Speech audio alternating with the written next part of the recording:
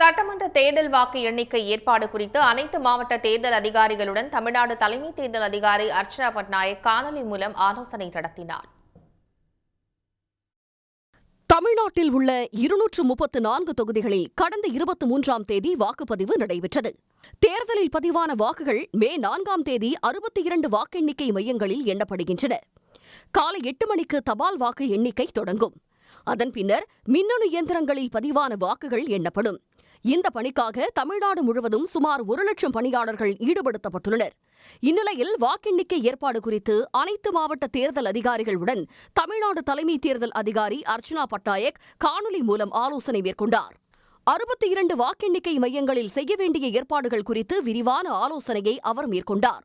இதனிடையே வாக்கு எண்ணிக்கை பணியில் ஈடுபட உள்ள தேர்தல் நடத்தும் அலுவலர்களுக்கு QR கோடுடன் கூடிய அடையாள அட்டை வழங்கப்படும் என்று தேர்தல் ஆணையம் அறிவித்துள்ளது. அரசியல் கட்சி முகவர்கள் 3 அடுக்கு சோதனைக்கு பிறகே அனுமதிக்கப்படுவார்கள் என்றும் தெரிவிக்கப்பட்டுள்ளது. முதல் 2 இடங்களில் புகைப்படத்துடன் கூடிய அடையாள அட்டை சரிபார்க்கப்படும் என்றும் 3வது இடத்தில் QR கோடு ஸ்கேனிங் மூலம் அடையாள அட்டை சரிபார்க்கப்படும் என்று தேர்தல் ஆணையம் தெரிவித்துள்ளது. சென்னை மாவட்டத்தில் 16 தொகுதிகளில் பதிவான வாக்குகள் சென்னை ராணிமேரி கல்லூரி, லயோலா கல்லூரி மற்றும் அண்ணா பல்கலைக்கழகத்தில் எண்ணப்படுகின்றன. வாக்கெண்ணிக்கை மையங்களில் பணிபுரிய உள்ள தேர்தல் அலுவலர்கள், உதவி தேர்தல் அலுவலர்களுக்கு வாக்கெண்ணிக்கை செயல்முறை குறித்த பயிற்சி நடைபெற்றது. இதேபோன்று செங்கல்பட்டு மாவட்ட ஆட்சியர் அலுவலகத்தில் கட்சி முகவர்களுடன் மாவட்ட தேர்தல் நடத்தும் அலுவலர் ஆலோசனை மேற்கொண்டார். வாக்கு எண்ணும் மையத்தில் எந்த பதற்றமும் இல்லாமல் இருக்க காவல்துறையினருக்கு முழு ஒத்துழைப்பு வழங்க வேண்டும் என்று தேர்தல் அலுவலர் அறிவுறுத்தினார்.